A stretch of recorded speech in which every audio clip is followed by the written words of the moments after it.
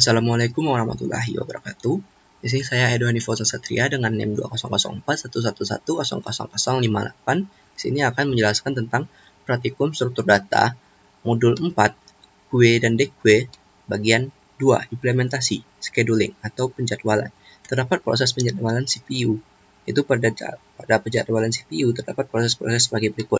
Semua task masuk dalam antrian. Setiap task ini terdapat atribut waktu yang dibutuhkan masing-masing task untuk menggunakan CPU. Misalkan task A membutuhkan waktu untuk diproses di CPU selama 7 detik.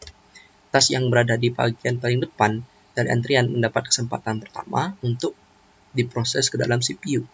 CPU memiliki atribut waktu, yaitu semua task hanya boleh menggunakan CPU selama waktu tertentu. Misalkan waktu CPU adalah 3 detik, maka semua task hanya boleh mengakses CPU 3 detik saja. Jika suatu teks membutuhkan waktu lebih dari waktu CPU, maka teks tersebut akan diproses selama waktu CPU saja. Kemudian teks akan dikeluarkan dan dimasukkan kembali dalam rear ke dalam antrian agar teks tersebut dapat diproses selanjutnya. Jika teks membutuhkan waktu tidak melebihi waktu proses CPU, maka teks tersebut diproses sesuai waktu proses teks, kemudian dikeluarkan dari antrian. Yang berarti teks tersebut telah selesai diproses.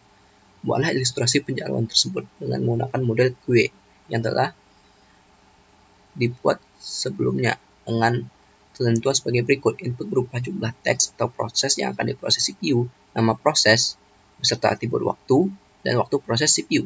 Ini adalah contohnya. Jumlah proses yang akan dijadwal, nama proses, waktu proses, lalu ada antrian yang sebagai keluarannya, outputnya. Lalu sini ada waktu proses CPU, lalu baru keluar output antriannya. Mari kita lihat coding yang saya buat. Di sini ada fungsi proses dan fungsi CPU yang saya buat. Di sini kalau fungsi proses, saya menggunakan QE sebagai list. Di sini adalah X, integer sebagai variabel jumlah proses yang akan dijadwal.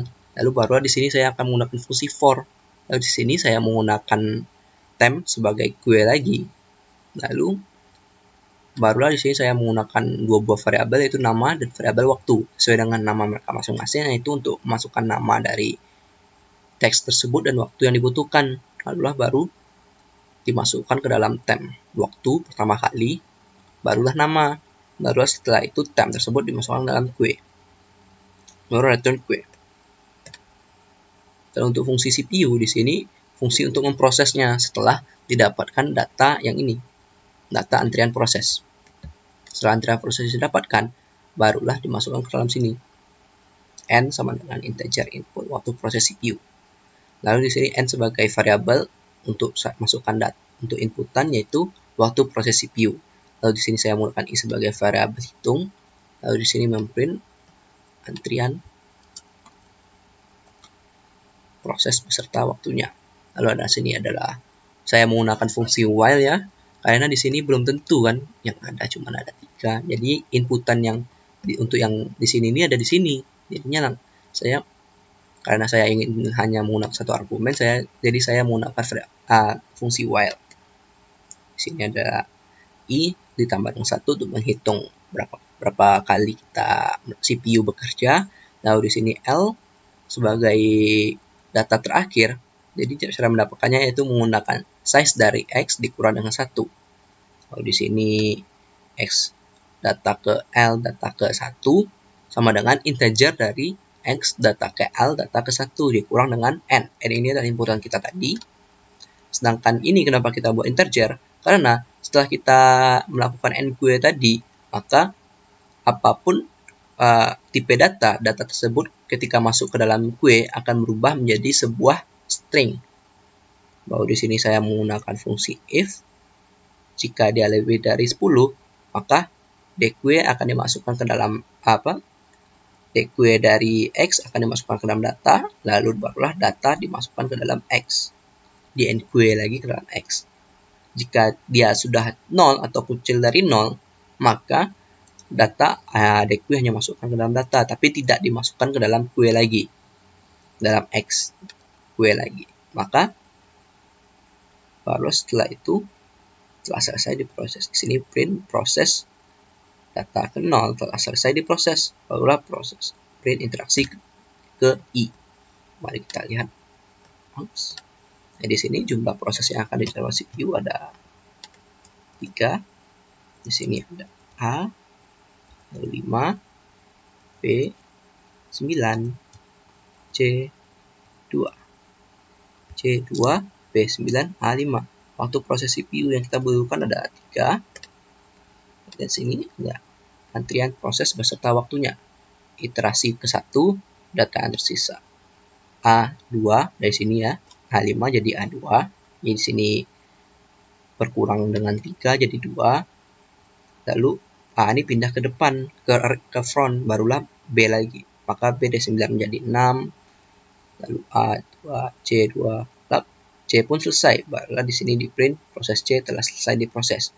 Barulah iterasi ketiga, mana B, 6, A,2.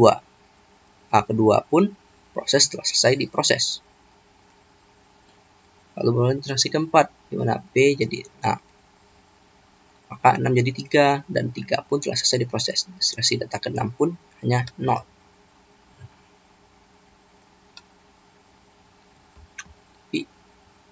Nah,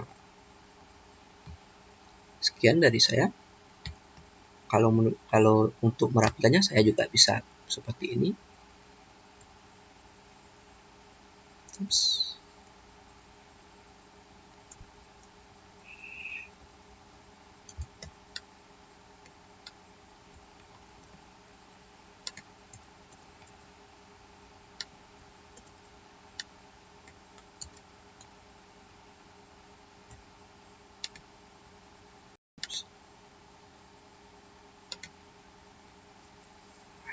Hasilnya setelah dirubah, kita harus masukkan ini lagi ya, berarti data ke 0A, lalu ada 5, data B 9, C 2, ini ada C2, B9, A5, sedangkan waktu proses ini tadi ada 3. Jadi iterasi ke pertama data yang tersisa A2, C2, B9, lalu iterasi kedua data yang tersisa yaitu B6, A2, C2. Terus C telah selesai diproses. Ya. Sekian. Oh, ini ternyata belum selesai. Nanti kita ulang lagi. Akan masukkan lagi A5, B9, C2. Ini sudah dirubah, baru 3. Nah, ini lebih rapi ya. Jadi ini A5, A2, A2, lalu B6, B3, C pun selesai. Maka di sini barulah di iterasi ketiga dikatakan proses C telah